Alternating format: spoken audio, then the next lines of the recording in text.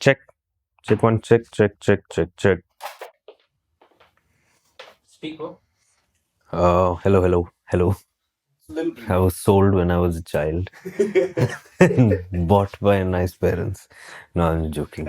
Is he loud enough? My dad was in the Air Force.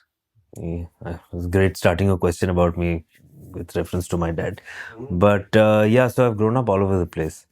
Bangalore, Wellington, and Udhampur. Almost every corner of the country, basically. And growing up, we were always posted to border towns. Well, not Bangalore and Wellington, but otherwise, every place was next to a border because my dad was a fighter pilot, so we were always posted like fuck all places. So I've spent most of my childhood just uh, not knowing that a better life existed. But I had a great time. Yeah, I spent. It was very similar to most kids, I think, of the 90s. When I was 15, I moved to Delhi. My dad was transferred to Delhi, and that's where it really. It was a big culture shock for me because Delhi is quite a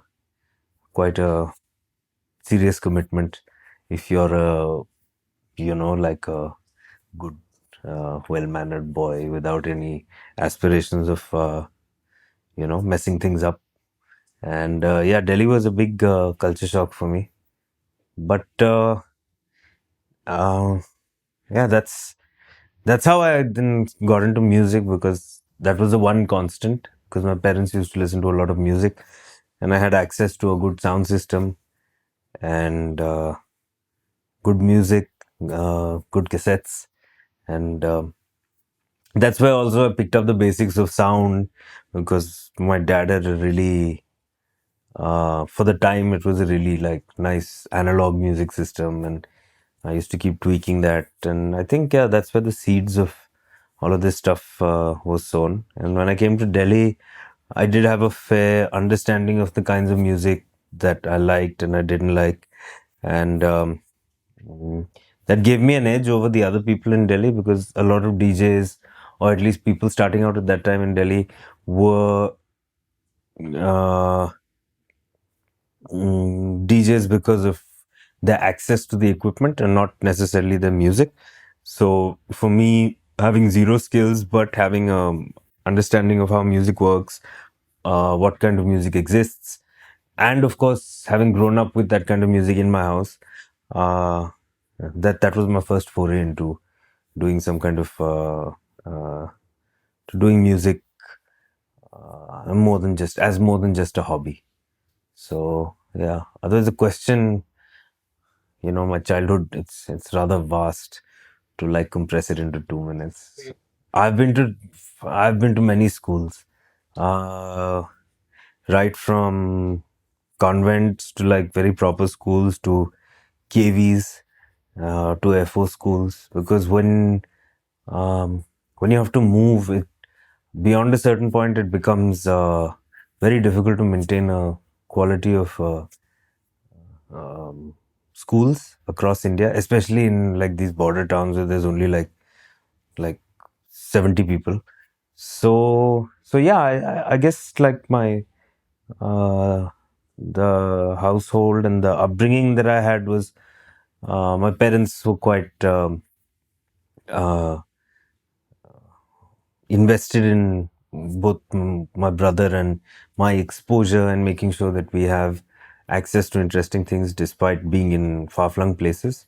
So, and they did give us a lot of freedom to do whatever we wanted, both my brother and I. So, I guess, yeah, I mean, in hindsight, it seems like some grand plan, but it was just, I just went with the flow. I studied law. I worked as a lawyer because when I graduated school, I didn't have I mean, I tried. I told my dad I want to be a DJ. He said, yeah, you can be a DJ, but what are you going to do? I mean, what are you going to study? So then I gave an entrance exam for law school and I got a good rank, which made me believe that I have an aptitude for law. Uh, I was wrong because I just didn't like it at all. So and many years later, here I am. I don't know actually. I started making music, and I was always a gadget freak right from when I was really young, and it wasn't restricted to just electronics, like mechanical stuff and actual uh, because of the places we were in, we couldn't call anyone and say, "Yo, my TV's gotten busted. Can you come and fix it?" So a lot of my dad used to do it. Then after a while, he got bored, so then I started doing it, and that gave me a good understanding of how electronics work, the physics behind electricity, and how things work. It's actually something that used to happen a lot in the earlier days, but now with the internet and things like that, knowledge is much more accessible. But earlier there was no reading material or theory that you could access uh, just by snapping your fingers, reading up on something, and then deciding, okay, this is not what I want to do, or this is what I want to do. So the way to do it earlier was that you get into it and you do it, and like if you manage to say fix your TV, for example, then you made some semblance of the circuit diagrams in the TV and things like that. So without getting too esoteric about it, I wanted to combine my love for gadgets and gear and electronics with music, and like for me, being a DJ at that time was like the perfect combination of the two. And as I got more involved in professional audio gear, I realized that this is really what I want to start doing. So then I started making these weird plans that, okay, I'll do law for a couple of years. I'll buy all the gear that I need to set up a basic studio, and then I'll quit law. So yeah, and that's what I did. And I played a lot. I used to play a lot of private parties and like weddings and birthday parties and uh, horrible stuff basically. But it was a part of the journey. I used to love it though. Sometimes I wish I had that kind of enthusiasm, like I remember one of the first few gigs that I played, it was a party in a park. Party is an overstatement actually. It was just like some get together of some like assholes in the park, and like they needed some music, so then I just went and played. But I had these guys rented out DJ gear and speakers and stuff. So for me, it was like, wow, okay, never mind who's dancing, but at least I'll get to play I'll get to play on a console and like on industry standard gear. So that's how it started. And then after a couple of years of gigging, I got into production, and like I love like software, hardware, yeah, electronics, and once I got a taste of it, it was like an addiction. So then I did everything in my that I could do to gain as much knowledge as I could about like audio, video, film, parties, music, setups, so and graphic design. So most of the stuff I do in BLOT earlier, at least, was all done by me. Now I think there are better, more skilled people to help me out, and I can just focus on my music. But I still enjoy doing all of this every now and then. So for me, it's not just doing music, or it's not just doing a party every weekend or a couple of gigs every weekend. For me, it's like trying to create an experience that I enjoy, mm, as as a performer, as a DJ, but most importantly, that I would enjoy if I was, say, a punter in front. I wouldn't want the people to be rude to me when I enter the club. I'd like my entry fee to be justified with a good sound system, uh, a DJ, or like a professional who's reasonably passionate about his art and craft. So I take all of those things quite seriously. Sometimes you have shit gigs, sometimes you have good gigs. That comes with any profession. But that's the long and short of it. And now I enjoy both DJing and producing music as two very distinct disciplines. And I have a routine, and I have a great studio at home, which I've built over many years. getting gear from all over the world in my suitcases and in my aunts and uncles' baggage allowance. So yeah, it's been a long journey, but it just feels like the beginning somehow. So I started with the drums, and my mom. I mean, I was like in maybe 14 years old, and I wanted a drum kit, And then one day, after many years, my mom just decided to get it for me. So she got like a second-hand drum kit from someone, and it was great. But when I actually got the instrument, I realized that it's not as easy as it looks like on TV. Like one dude going dish dish dish dish, and like thousands of people like, wow, what a great drummer. So that's when I realized that these things are they're much more difficult than one actually uh, would think. And then even when you learn the skills, taking it and performing it out in front of other people can be quite daunting. So it's a constant sort of like evolving circle of sorts. But yeah, it was the drums. Then I started playing the keys a little bit. So now I just play with myself. Yeah, but now I just like, yeah, I just, it's not very difficult actually. If you do your research properly and break it up into small pieces, you don't have to be like the best drummer. You can just be the best drummer you can be.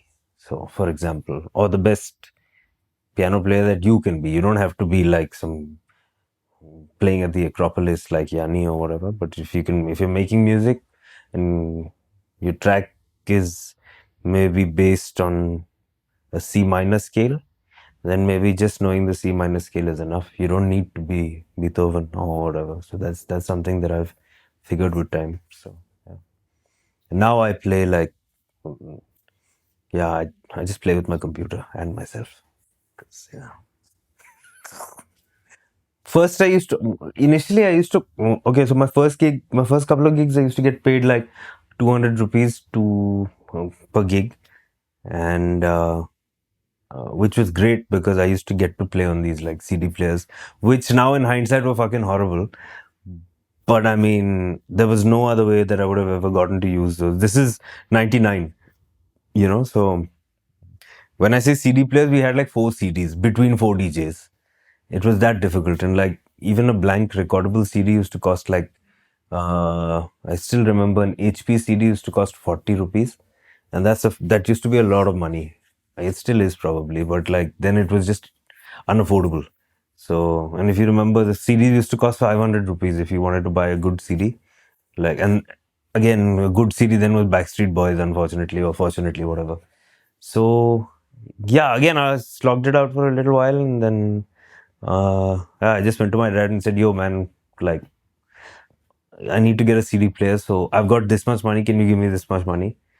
And he was initially hesitant, but then I guess it worked out. And because I had been doing it on my own for a while, so he said, "Okay, maybe this is not one of those things that he say I want to be when I grow up." And yeah, I followed through on it, and he enabled me to get that CD player. And yeah, and then I paid him back. And yeah, again, here I am sitting in this hotel room at 12 a.m. BLOT started in 2007. At this time, I was quite disillusioned because I was sick of playing for people's weddings and being treated like a bitch. Because, oh, sorry, whatever, being treated like, yeah, because this dignity of labor and work culture in Delhi in North India is not very nice. But so I was planning to wrap it up and be a lawyer full time.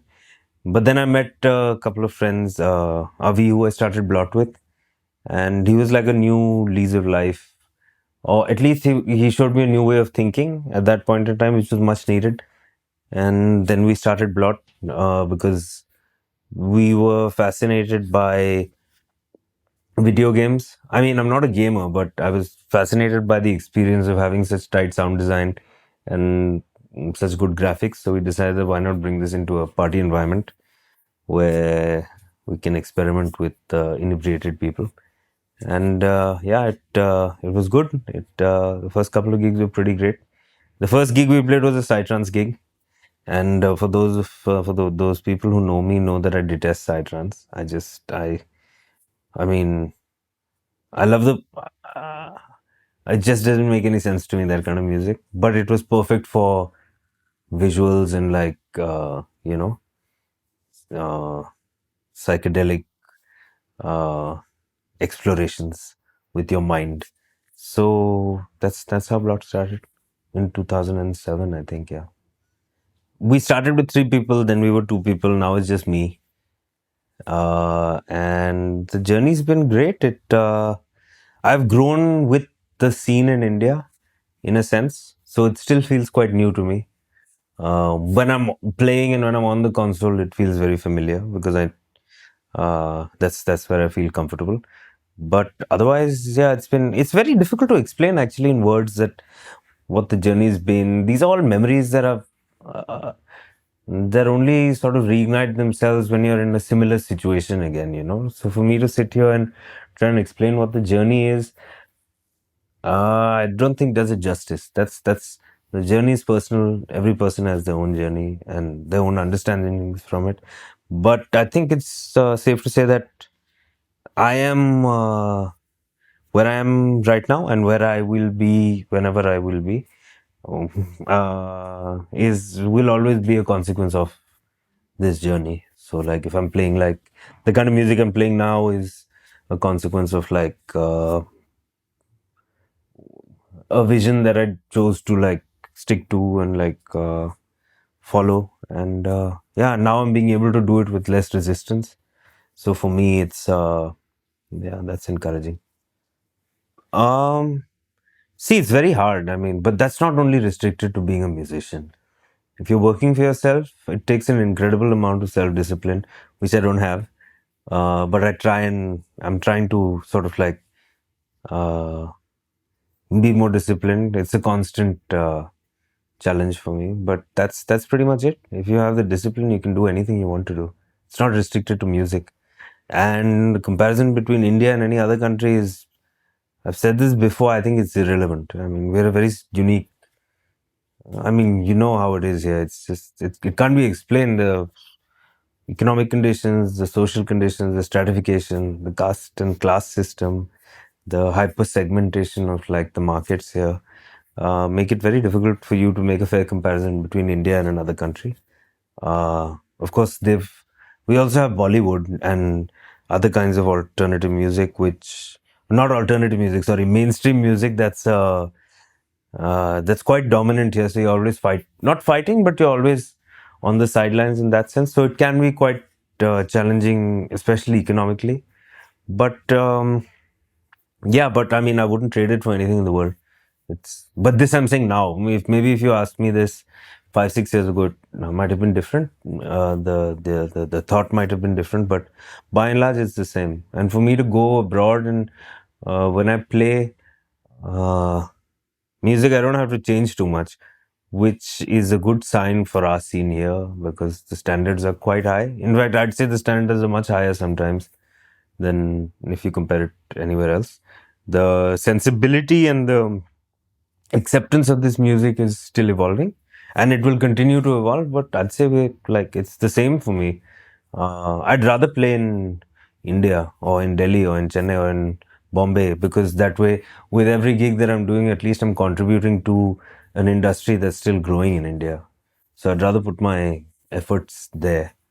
And that's been the case with me for the past 4 5 years. That's why I've been focused on doing a certain quality of gigs, being involved, having a certain process to make sure that uh, it's I'm doing the best I can, and hopefully it works out fine. Uh, Take on the Chennai scene. It's I don't know. I haven't played. It's great. I mean, the gigs I've played at Blend have been really nice, but it can be quite polarizing. Sometimes I'm quite surprised. Sometimes I love it. Sometimes I don't know what to think. But I haven't been here enough, to be honest. It's earlier it was a very psytrance oriented, dominated scene here, so I stayed away. And now, after many years, it seems like there's some promise. So I'm very excited to see what it holds. There are pockets of very interesting people here, but I suppose the challenge is uh, how to make all these pockets coexist at the same venue simultaneously on the same night. And but that again, that's a challenge that many places face. So yeah, I'm for me, it's like a great city, and people are nice. That's what matters. They're not aggressive, and they can tell when you're mixing a track, which means they know their music. So yeah, all these things are they're very special to have in any city, any country. Unmute was the first professional management agency that we had is BLOT, and they were very good. They set the standards really high for my own expectations. They had a watertight system, a very good bookings and logistical machinery that they've designed. And I'm very fortunate to have been picked up by them in the early stages of my career. And yeah, it was really good. I think they're also quite responsible for bringing some sort of structure into the booking scene in India, in my opinion. I know Dev through Arjun, and I know Arjun through Madhav Kora, because they were all a part of Jalebi Cartel. And Madhav is a childhood friend of mine. His dad was in the military too, so we had the same struggles, aka dealing with our very strict parents. So that's how Madhav and I got along. And through Madhav, I got to know Arjun, Jayant, and the rest of the crew. And when Jalebi disbanded, then Arjun and Dev set up Unmute, and Arjun called me to ask me if I'd be a part of it. And I was like, yeah, well, I mean, like, whatever. Like, no one else is asking me to be a part of anything. So yeah, that's how it started. And like I said, I'm very thankful that um, they picked me up in the beginning, because it gave me a understanding of how professional things work in this industry. Yeah, obviously, I mean, he's he's been around for so long. He's released on every label. I mean, there's no doubting his credentials, and it's amazing that he's been able to stay true to his sound, whatever it is, and he's constantly evolved with the times. That's very important, because in order to stay relevant over a long period of time, you need to be built of a special, grain. And yeah, I think he's got it. He's an inspiration to many of us. I just work with people I like, and I leave it at that. I don't think about how they're doing things, what they're doing, what they're not doing. Uh, I don't meet these people outside my work environment. I prefer keeping things separate. That's why, in fact, even with Dev and Unmute and Arjun, and like, that's my work life. And I hold no opinions. I hold no negative opinions if I'm working with the person. That means I've already done my due diligence, and I respect their work, and I respect the way they work, and that's why I work with them. I don't think anything beyond that. Even with Unmute, I don't even know who's on the roster anymore. It's self-preservation is very important. I don't bother with who's doing what and who's bringing who down. I just don't give a fuck anymore. As long as like they're happy when they call me and I'm able to deliver, that's it stops for me right there. I don't go back and think about which promoter is doing. And yeah, because you're only as good as your last gig. And there's always something that I take back from each gig, so I go and I focus on making that better, making music. It's quite a busy life, and I don't waste. To be honest, I think it's poison just sitting and evaluating what others are doing, what their trajectory is. Yeah, I mean, if he's having a good time, and whoever it is, and if they're doing it, then they must be doing a good job. I don't bother with it too much, so I don't have any opinions about that. Yeah, I'd like to see Nicholson live. He's a singer-songwriter from Bombay, and I think he's amazing. I've seen him once, and he doesn't perform very often. But yeah, I'd like to see him live more often. Dude, I don't even stay for my own gigs after I finish my set. Like DJ music, if I'm the DJ, is great, but otherwise I have no interest in it. If you know what I mean, right? I'd rather go for a live gig with live musicians and like, yeah, clubs are not that. Yeah, I don't like it so much. So I'm happy to be, I'm very grateful to be in this position that I can just go to like great clubs, meet great people, play on great sound systems. But I'd never go as a punter. Yeah, that's not me. I'm not very. Yeah, we're going places. And we're so many people. So even if everyone else rejects us, we've got each other and that's enough. So 1.2 billion people. Do you know how many zeros that has? You don't, do you? I don't. So, I mean, I do, but like whatever. That's a lot of people. So I don't care. I think none of us should really worry about where we are going, as what our scene is doing. These are all like tertiary stupid variables. Nobody gives a fuck. Like, I mean, this new, everyone has like a roundtable conference or like what is it called? A panel discussion on like music in India and like creative arts. It's the same people saying the same things. And the bottom line is it doesn't change or affect anything.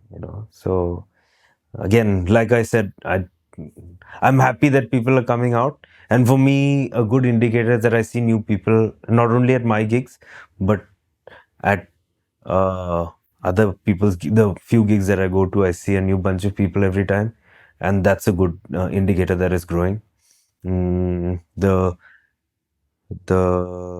person who comes, the average person who comes for a music gig is now much more aware of what he or she wants because of the internet and Spotify and Apple Music and whatever.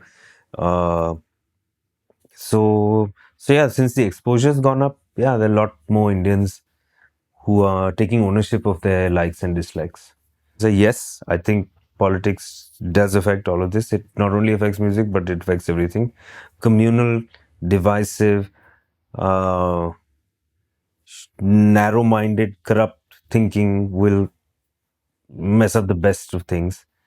And I'm not making any statements on whether that exists or not, but some things are very evident. That it affects all people. But it does, yeah, it just creates a frustrated environment. That's if you're not happy with the governance and things like that. But yeah, there are lots of things. In my opinion, there are lots of things it's a mess right now. But I suppose people would say it's subjective. But in my opinion, it gives me. I don't need like a political party or a bunch of old fogies to decide whether I love my country or not. And that's the biggest problem with India today. That there are many people who think that their love for India is more than your love, and you have to justify your love to your country by swearing allegiance to the ruling party or the opposing party. And I don't believe in that bullshit. So like, to each his own. And like, my understanding of who my leader should be and what my country should be doesn't have to match up to anybody else's, and vice versa. So I don't know what to believe anymore, because what you're being fed is bullshit. There's some things that are certainly a little bit regressive, like this divide and rule. We keep cursing the Britishers for it, but that's what we're doing as well. And that's what most politics is based on in India. So how are we any different from the people who tormented us? So I think we are going forward purely by the sheer number of people and the ambition, the collective ambition of the people. But we are going backwards too. If you just see the news every day, you'll get a good sense of what I'm saying. Yeah, my destination is just to be happy doing music, and to be able to be in a position where I don't have to think about the scene, I don't have to think about promoters, I don't have to think about artists. I can just focus on cleaning up my craft. I can just focus on living a satisfying life, because I've really worked hard to get here. and I don't want to stop working hard. But in this journey, the greatest takeaway that I've had is all these things are irrelevant. It's just your relationship with your work and how others perceive your work. And you can't control the perceptions. But if your relationship with your work is honest, then things most likely will work out in my experience. So, and maybe tomorrow it can all go away in an instant, but yeah, at least I'm honest about it, and I enjoy myself, and I play tracks with vocals when I want to, and that's quite liberating. I don't give a fuck if the other DJs say, oh, he's got too many vocals and all. So that's yeah, it's liberating. It's just like, yeah, my to maintain honesty and integrity within my own like head, with me and my work and my product, which is music in this case. Yeah, or like whatever boring interviews or like whatever else. Like,